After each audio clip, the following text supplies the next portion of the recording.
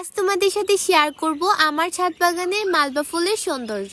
এই প্রথম আমি আমার ছাদ বাগানে মালবা ফুলের গাছ লাগিয়েছি। এর ফুলগুলো এত বেশি সুন্দর, আমি নেক্সট ইয়ার আমার ছাদ বাগানে আবারও মালবা ফুলের গাছ লাগাবো। আমার কাছে সব থেকে বেশি ভালো লাগে এর কালারটা, একসাথে এতগুলো সুন্দর সুন্দর ছোট ছোট ফুল ফুটে থাকে, দেখতেও অনেক সুন্দর লাগে। সত্যি বলতে এর প্রশংসা না করে থাকাই যায় না, ফুলগুলো অনেক বেশি সুন্দর আর আকর্ষণীয়। আর আমার আশেপাশে প্রচুর পাখি কিচিরমিচির করছে, মনে হচ্ছে বসন্ত এসে গেছে। আর এই দিকে আমার হলিহক ফুল গাছের মধ্যে ফুল ফোটা শুরু করেছে। হলিহক ফুলগুলো অনেক সুন্দর। ছাদের এই পাশটাতে আমার সিঙ্গেল পেটালের ক্যালাঞ্চো ফুলগুলো অনেক সুন্দর ব্লুম করেছে, আর ওইগুলো হচ্ছে আমার ডাবল পেটালের ক্যালাঞ্চো।